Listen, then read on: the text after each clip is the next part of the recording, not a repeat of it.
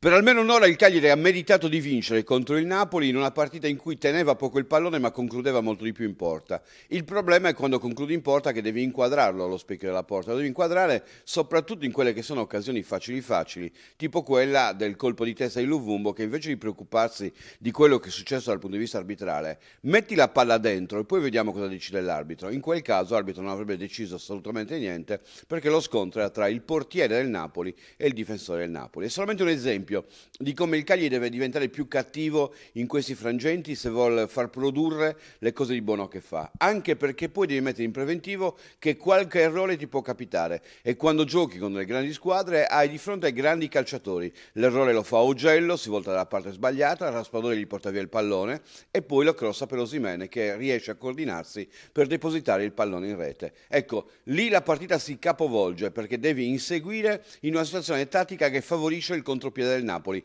che in più di un'occasione poteva anche chiuderla la partita. Ha avuto l'occasione Simeone, ha avuto l'occasione Politano, un po' tutti in cerca d'autore, perché anche nel Napoli in crisi probabilmente i singoli stanno cercando di capire se possono conquistare gradini nelle gerarchie che sono state del tutto destrutturate dai tanti cambi d'allenatore. Il Cagliari oggi si è ritrovato nella condizione di dover inseguire il risultato, peraltro con un altro elemento determinante nel corso della gara, lo stile arbitrale. È sembrato che ci sia stato un cambio, è uscito Pairetto, quello che ha diretto la prima ora, sempre puntiglioso e comunque dalla parte delle gerarchie, perché lui è nato comunque dentro gli istituti arbitrali e quindi in quelle gerarchie che hanno caratterizzato il dominio del mondo del calcio e nel guidare la partita aveva una preferenza, il cosiddetto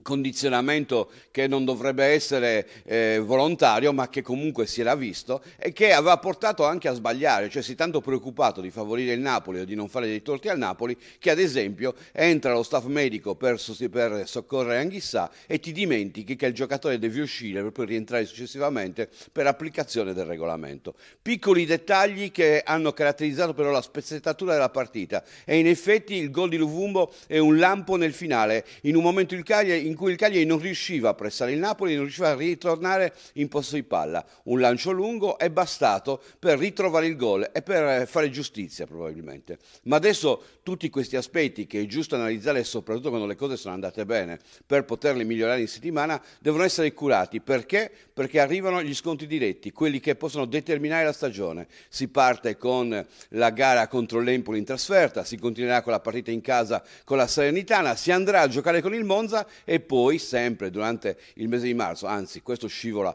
al primo di aprile, l'ultimo match scivola al primo di aprile, ci sarà la gara anche contro il Verona in casa. Insomma, il Cagliari in questo mese di marzo vedrà determinare il 50% delle sue possibilità di salvezza e per fare questo deve sbagliare il meno possibile.